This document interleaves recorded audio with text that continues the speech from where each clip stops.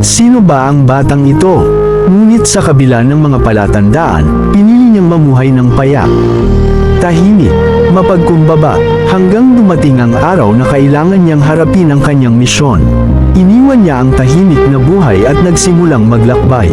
Hindi para sa sarili, kundi para sa iba. Para sa mga sugatan, para sa mga nawawala, para sa mga naghahanap ng pag-asa. Tinawag niya ang mga simpleng tao, mga mangingisda, mga karaniwang mamamayan, mga taong walang kapangyarihan, at ginawa silang kanyang mga alagad.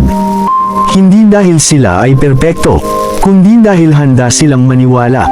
Sa kanyang mga salita, may kapangyarihang magpagaling ng puso. Sa kanyang presensya, ang takot ay napapalitan ng kapayapaan.